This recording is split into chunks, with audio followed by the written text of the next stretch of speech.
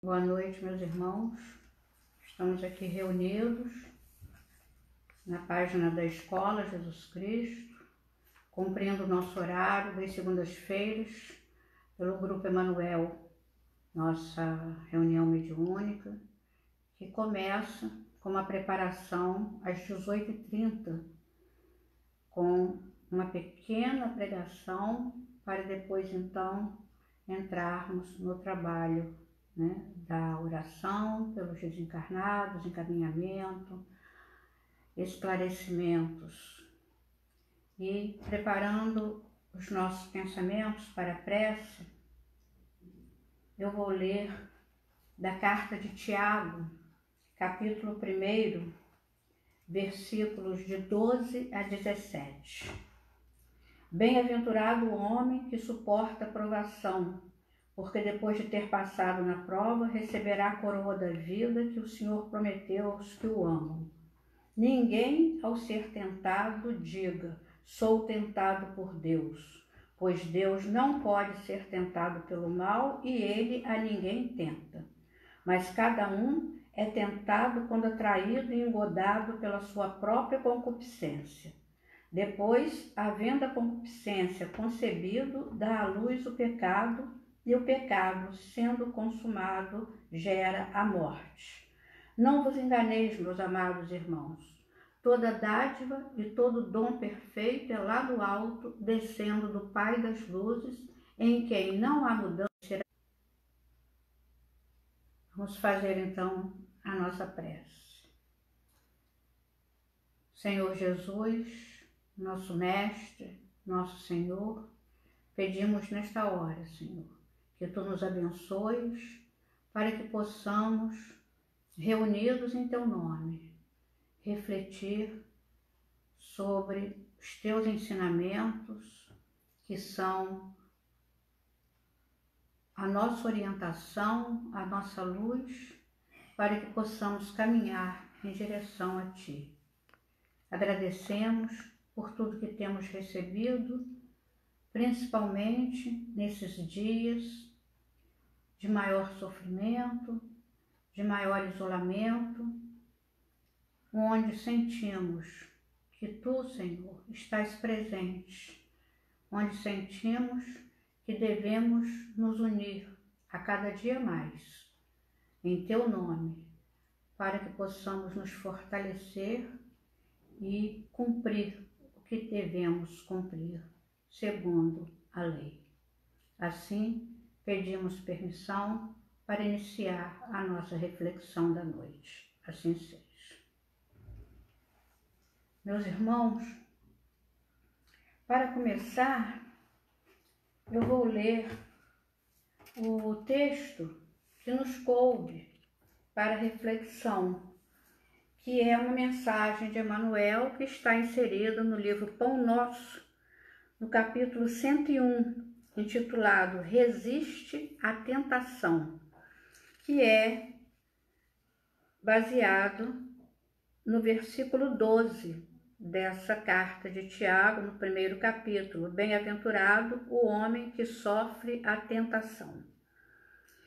Enquanto nosso barco espiritual navega nas águas da inferioridade, não podemos aguardar isenção de ásperos conflitos interiores. Mormente na esfera carnal, toda vez que empreendemos a melhoria da alma, utilizando os trabalhos e obstáculos do mundo, devemos esperar a multiplicação das dificuldades que se nos deparam em pleno caminho do conhecimento iluminativo.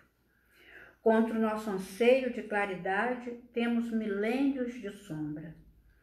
Antepondo-se-nos a mais humilde aspiração de crescer no bem, vigoram os séculos em que nos comprazíamos no mal. É por isso que, de permeio com as bênçãos do alto, sobram na senda dos discípulos as tentações de todos os matizes. Por vezes, o aprendiz acredita-se preparado a vencer os dragões da animalidade que lhe rondam as portas. Todavia, quando menos espera, eis que as sugestões degradantes o espreitam de novo, compelindo-o a porfiar da batalha. Claro, portanto, que nem mesmo a sepultura nos exonera dos atritos com as trevas, cujas raízes se nos alastram na própria organização espiritual. Só a morte da imperfeição em nós livrar-nos-á delas. Haja, pois, tolerância construtiva em derredor da caminhada humana, porque as insinuações malignas nos cercarão em toda parte, enquanto nos demoramos na realização parcial do bem. Somente alcançaremos libertação quando atingirmos plena luz. Entendendo a transcendência do assunto, o apóstolo proclama: bem-aventurado aquele que sofre a tentação. Impossível por agora qualquer referência ao triunfo absoluto, porque vivemos ainda muito distantes da condição angélica. Entretanto, bem-aventurados seremos se bem sofremos esse gênero de lutas, controlando os impulsos do sentimento menos aprimorado e aperfeiçoando-o pouco a pouco, à custa do esforço próprio, a fim de que não nos entreguemos inermes às sugestões inferiores que procuram converter-nos em vivos instrumentos do mal. Muito sério esse texto, né? E eu queria começar pela epígrafe, porque aqui o versículo 12 está escrito: bem-aventurado o homem que sofre a tentação. E quando eu li na Bíblia, está falando bem-aventurado o homem que suporta a provação. Mas logo depois, Tiago se refere à tentação. Ninguém, ao ser tentado, diga: sou tentado por Deus. Então é bom esclarecer, né, que não há contradição nisso, não há erro, porque há uma proximidade, há uma relação entre a prova e a tentação, embora elas não sejam sinônimas. São duas palavras que não têm o mesmo significado. Nós sabemos que a tentação, se nós formos ao dicionário, por exemplo, a tentação é uma indução ao mal, a alguma atitude, né, que não é conveniente, que não é decente, que não é de acordo, né, com a moral, não é de acordo com os ensinos espirituais. Então, isso é uma tentação, né, e que, segundo Emmanuel, aqui está muito bem explicado, não vem de Deus, não vem do plano espiritual superior. As tentações surgem de nós, pelas nossas condições de inferioridade. Ele fala aqui que nós não devemos, né, ainda pleitear, né, não podemos pleitear a condição angélica. Só os anjos, né, não cedem às tentações. E a provação, na verdade, é alguma coisa pela qual nós passamos segundo a lei de Deus, né? Porque nós, inclusive, estamos habitando um mundo de provas e expiações. A prova é a provação pela qual nós temos de passar como um teste para que nós possamos ascender, para que nós possamos subir mais um degrau da nossa evolução. Então é diferente, porque para nós sermos provados, não significa que nós tenhamos que ser tentados, né? Existem as provas, as condições difíceis pelas quais nós passamos e que podemos passar sem cair nas tentações. Podemos passar e devemos passar bem, devemos passar com resignação, devemos passar com entendimento, né? Bem entendendo que aquilo não é um castigo de Deus.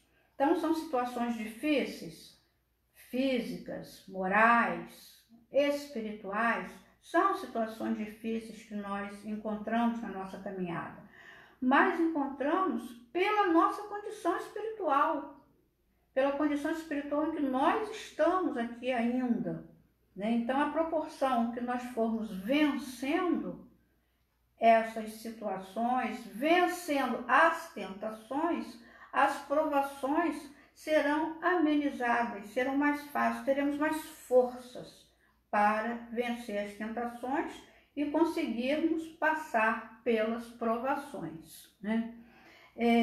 Quando Jesus orou o Pai Nosso a pedido dos discípulos, ele já havia ensinado o Pai Nosso, já havia ensinado a orar, está lá em Mateus, mas os discípulos pediram e ele ensinou por uma segunda vez, né? Quando os discípulos pediram: Senhor, ensina-nos a orar como João Batista, né? Ensinou os seus discípulos. E ele então começou a ensinar o Pai Nosso. Primeira coisa, né? Mostrando que devemos nos dirigir a Deus, ao Pai, em louvor, em glorificação do Pai. Mas no final, ele nos ensina a pedir para que não caiamos em tentação. Não nos deixes cair em tentação ou entrar em tentação, né? Então, quando os discípulos pedem essa oração, é que eles já estão percebendo a necessidade de nós orarmos para nós não cairmos na tentação. É difícil, né? É difícil nós trilharmos sempre o caminho correto, sem um desvio, sem um senão. Então, os discípulos, percebendo a necessidade da oração, inclusive eles viam Jesus orando, sentiam um momento de sintonia, um momento de fortalecimento. Então, eles pediram a Jesus: Senhor, ensina-nos a orar, porque eles perceberam que a oração é um meio único de nós estabelecermos essa sintonia com o Pai. Eles viam também Jesus pregando, viam Jesus operando milagres, mas eles não pediram nada disso. Eles não pediram: Senhor, ensina-nos a pregar, Senhor, ensina-nos a operar milagres. Não, ensina-nos a orar. É o fundamental na nossa vida. Senhor, ensina-nos a orar. E Jesus, vendo a necessidade nossa, representada pela necessidade daqueles discípulos naquele momento, pautou o caminho para a oração, né? Como nós devemos nos comportar numa oração. E colocou ali de uma forma perfeita, completa, todos os itens necessários a uma oração para que nós possamos entrar em sintonia com o alto. E termina assim, né? Não nos deixes cair em tentação. Então, Jesus não nos ensinou a pedir isenção da tentação. É importante porque Emmanuel fala isso, né? Ele nos ensina aqui. Nós, logo no início, não podemos aguardar isenção de ásperos conflitos interiores, confirmando, né, o conceito de Tiago, que as nossas tentações se revelam como conflitos interiores. As nossas tentações são nossas, né? Não é ninguém que nos tenta, não é ninguém que nos induz ao mal. Às vezes, existem tentativas de espíritos encarnados ou desencarnados de nos induzir ao mal, mas nós só cairemos nessa tentação, nessa indução, se realmente nós tivermos dentro de nós um ponto fraco naquele sentido. Aí nós cairemos. Então, não foi fulano que me fez errar, né? Fui eu, por ter esse ponto fraco, que atendi a solicitação de fulano. Então, é importante que nós tenhamos em mente a necessidade do fortalecimento do nosso interior através da oração. Jesus falou para Pedro, prevendo a negação de Pedro, né? Simão, Satanás me pediu para vos ser andar, né, como trigo, de ser andar como trigo, mas eu orei por ti, para que tua fé não desfaleça. Jesus orou por Pedro. Então, Jesus já sabia o ponto fraco de Pedro, né? Então, quando ele fala Satanás, né, te pediu para você andar como trigo, é porque já havia essa possibilidade de Pedro negar Jesus. Um ato do qual Pedro se arrepende amargamente. Está lá no Evangelho e depois no Boa Nova, quando ele não se conforma por ter negado Jesus, né? E Jesus se aproxima dele, ele ouve Jesus falar: Pedro, o homem na terra é mais fraco, mais frágil do que perverso. Quer dizer, Pedro não negou Jesus por maldade, por crueldade, por não amá-lo. Pelo contrário, né? É a nossa fraqueza. É a nossa fraqueza. Existe também, antes disso, a questão de Judas, que é narrado por por Lucas. É narrado por Lucas, quando, no capítulo 22, quando ele narra, estava perto a festa dos pães ázimos, chamada Páscoa, e os principais sacerdotes e os escribas andavam procurando um jeito para matar a Jesus secretamente, pois temiam o povo. Então, olha só, eles estavam pretendendo matar e estavam procurando um jeito de matar a Jesus.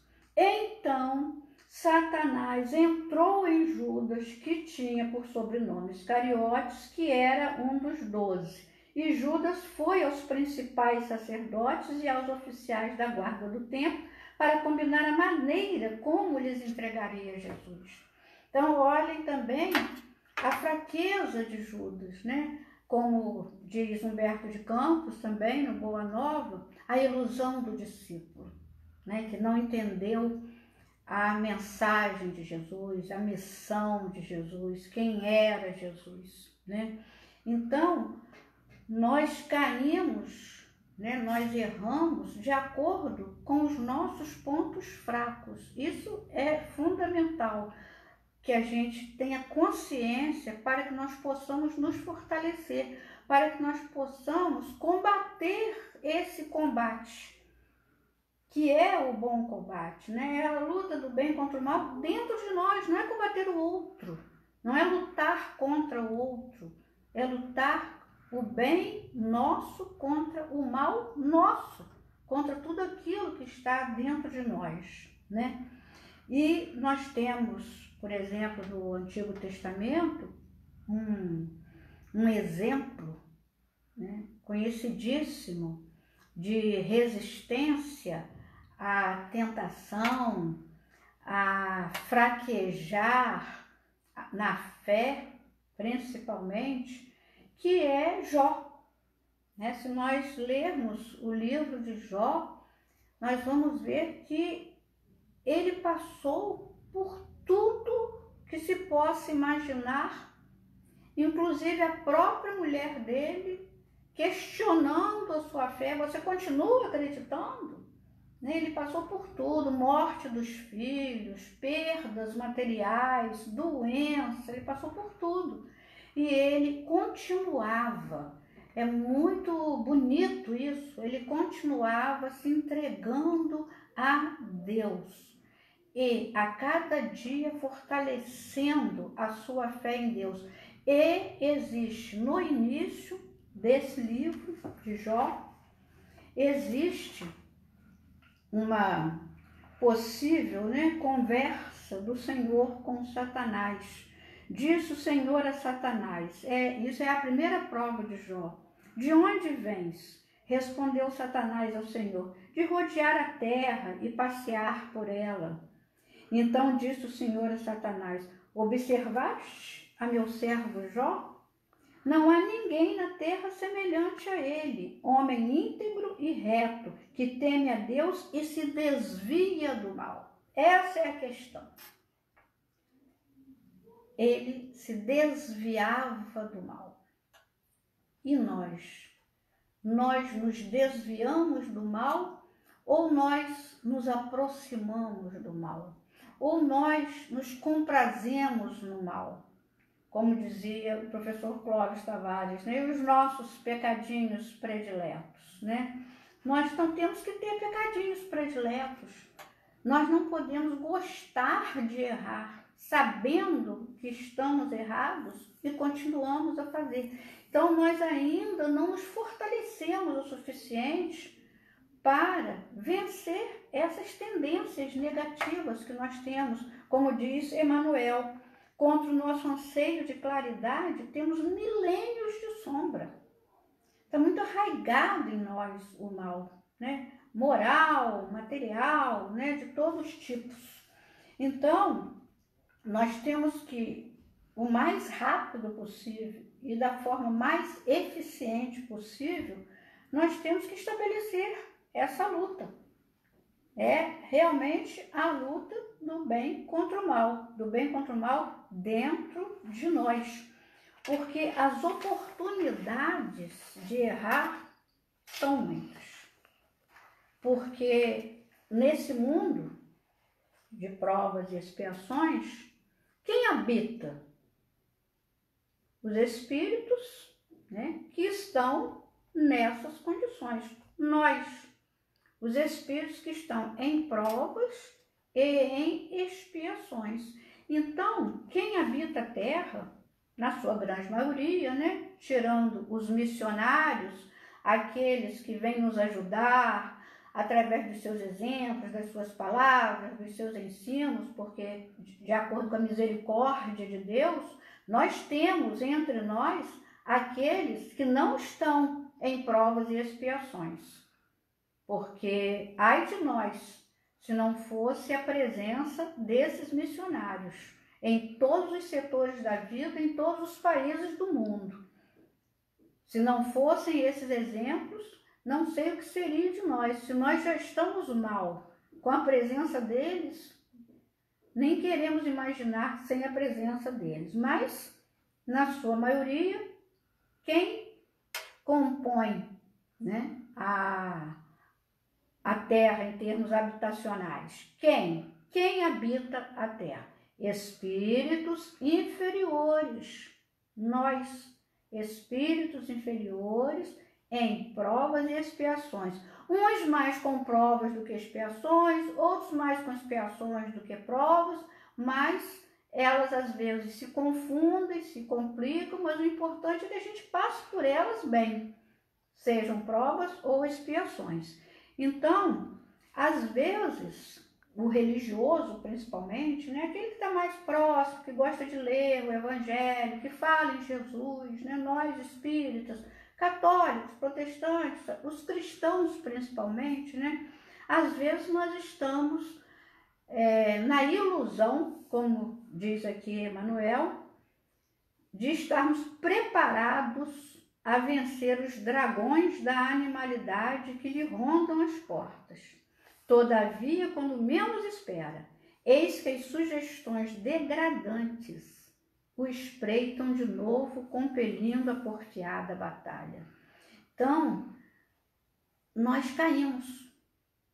Nós começamos a achar que aquele erro, aquele errado, já que ele tem tantos iguais a ele, é aquela história, do todo mundo faz, eu também vou fazer. Qual o problema? Todo mundo faz, né?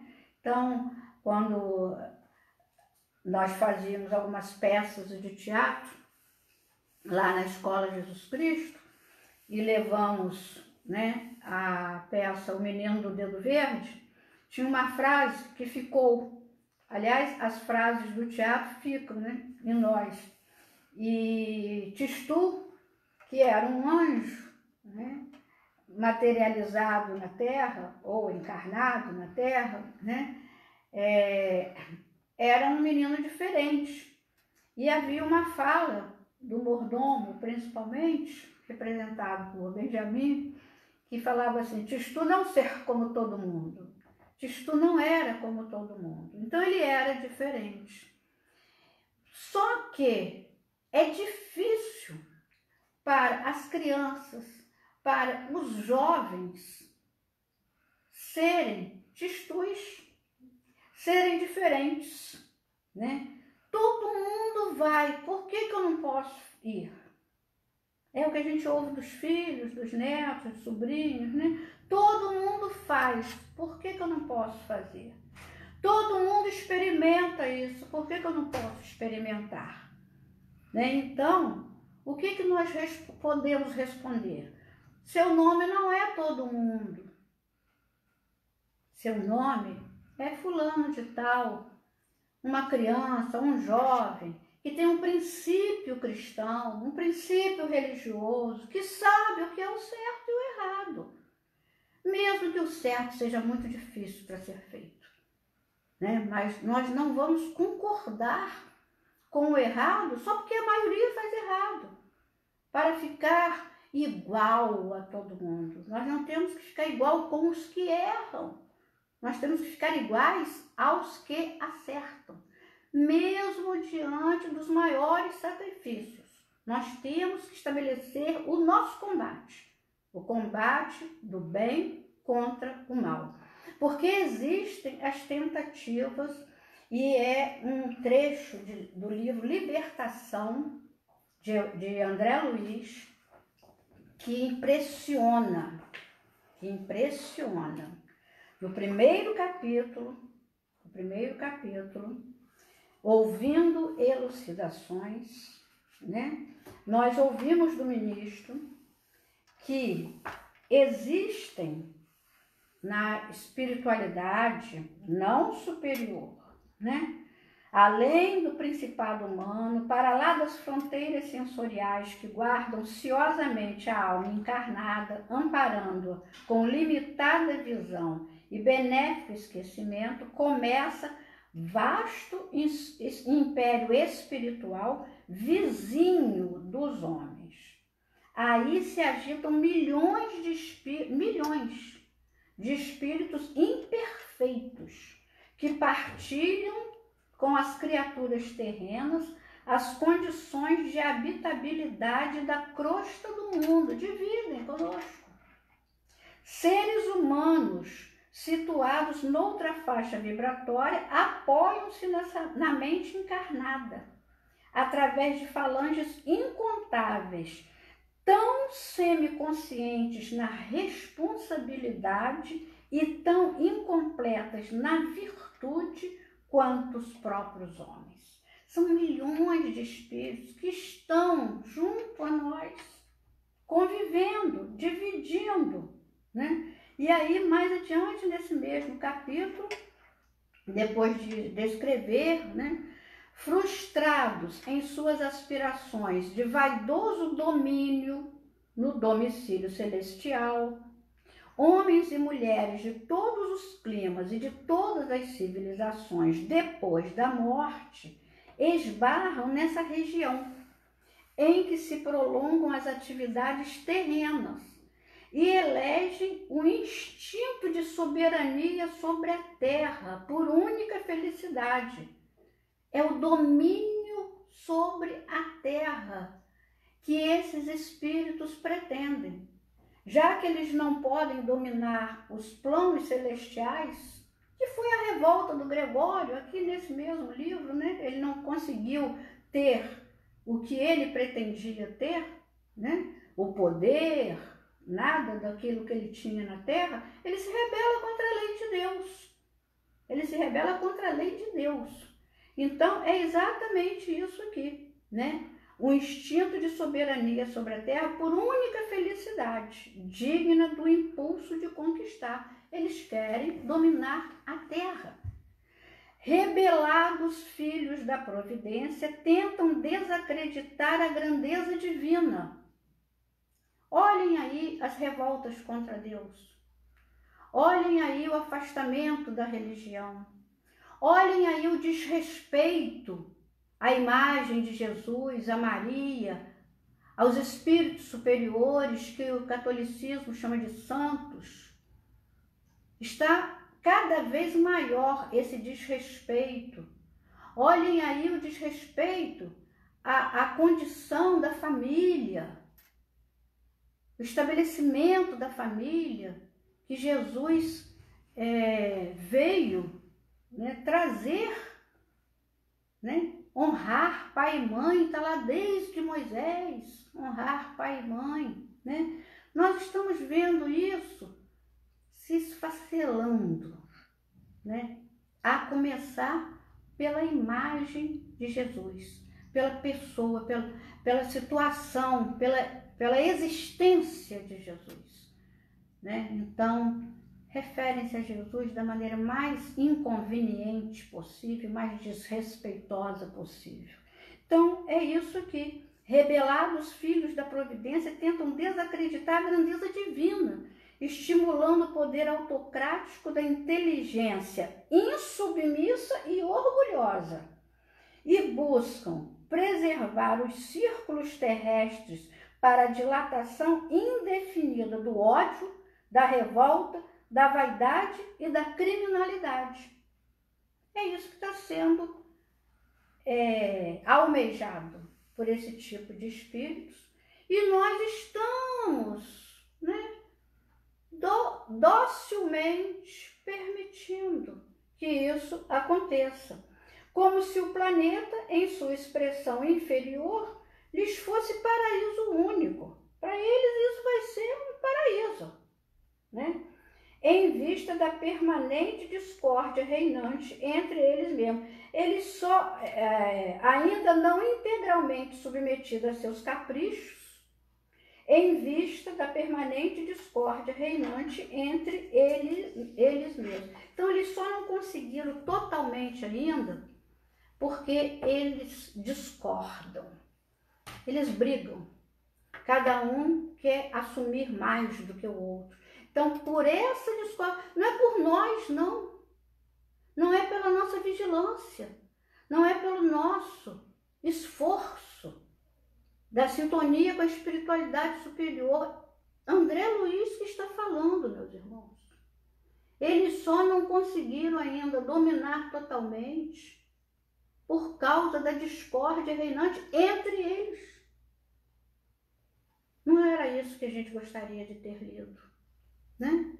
Nós gostaríamos de ler que eles não conseguiram, porque os espíritos que estão habitando a Terra têm se esforçado. Os espíritos que estão habitando a Terra estão progredindo muito, estão passando por seus testes, estão vencendo suas tentações e não estão entrando em sintonia com esse tipo de desejos. Era isso que seria bom a gente ter lido no livro Libertação, mas infelizmente não foi. Então, nós precisamos ter um cuidado muito grande com todas as nossas tendências que vão contra os 10 mandamentos e os ensinos de Jesus. Tudo que for contra o que nós lemos nos 10 mandamentos e o que nós lemos no Evangelho de Jesus, nós temos que abolir da nossa vida. Seja o que for, seja nosso hábito, seja o que for, nós temos que abolir, porque senão nós vamos continuar caindo em tentação, né? Então, Emmanuel fala, somente alcançaremos libertação quando atingirmos plena luz. E quando que nós vamos atingir essa luz, né? Eu não vou ler porque não vai dar tempo, mas no Evangelho de Marcos, existe também um texto de Emmanuel, intitulado O Cristão e o Mundo, no Evangelho por Emmanuel, segundo Marcos, mostrando como que as pessoas começam a exigir que o cristão vire santo da noite para o dia. E aí, muitos aprendizes, como Emmanuel fala, desanimam porque não conseguem ainda, de repente, virar santo, atender àquelas solicitações, aquelas exigências. Muitos aprendizes desanimam e voltam para o lodo, onde os companheiros não os vejam. Olha só que coisa triste, desanimar do bem por causa das exigências. Ninguém julgue fácil a aquisição de um título referente à elevação espiritual, mas é baseado em palavras de Jesus, A terra frutifica primeiro o ramo, depois a espiga, depois o grão cheio na espiga. E quando o fruto der, imediatamente envia a foice, porque chegou a ceifa. Então, o mais forte adversário, segundo Emmanuel, da alma que deseja seguir o Salvador é o próprio mundo. Nós estamos num mundo difícil. Nós estamos num mundo que é um mundo adversário às nossas intenções de purificação da nossa alma. Então nós precisamos lutar. Lutar muito, lutar interiormente e saber lutar, saber como se luta, porque primeiro a luta se estabelece dentro de nós. E, para terminar, eu quero lembrar um capítulo do livro de Jesus para os que sofrem, um capítulo muito sério, que o professor Clóvis narra a lenda de Anteu, o segredo de Anteu, que fala que Anteu desafiou Hércules para um duelo, uma luta, e Hércules, toda vez que jogava Anteu ao chão, Anteu, em vez de se enfraquecer, ele se fortalecia. E aquilo, no decorrer da luta, começou a intrigar Hércules, como que Anteu, ao invés de se enfraquecer, em cada tombo, em cada queda, ele se fortalecia. Este era o segredo de Anteu, porque Anteu era filho da terra. E toda vez que ele entrava em contato com a mãe, em contato com a terra, ele recebia a força da mãe. É um capítulo lindíssimo, porque o professor Clóvis associa esse segredo de Anteu a nós, porque nós também temos uma fonte de soerguimento, nós também temos uma fonte quando caímos, para nós nos fortalecermos. Ele fala assim: igualmente sucede com o espírito humano em luta pelo seu aperfeiçoamento moral. Também enfrenta variadas forças da vida, forças primitivas, inferiores, emergentes do seu próprio espírito, filhas de sua milenária romagem reencarnatória pelos caminhos da evolução, e forças outras, externas, desafiantes, do ambiente, como Emmanuel fala, espiritual, onde é chamado a viver. Internas ou externas, essas forças se conglutinam no karma e são as mesmas que traduzem as provas ou expiações que o espírito, em cada peregrinação terrena, deve enfrentar. É confortador saber que, em face das dificuldades, das dores e dos perigos, pode o homem renovar seu dinamismo ao contato com Jesus no solo da vivência do Evangelho. Eu não vou ler o capítulo todo, a hora já se esgotou, mas é nós procurarmos o contato com Jesus no solo da vivência do Evangelho.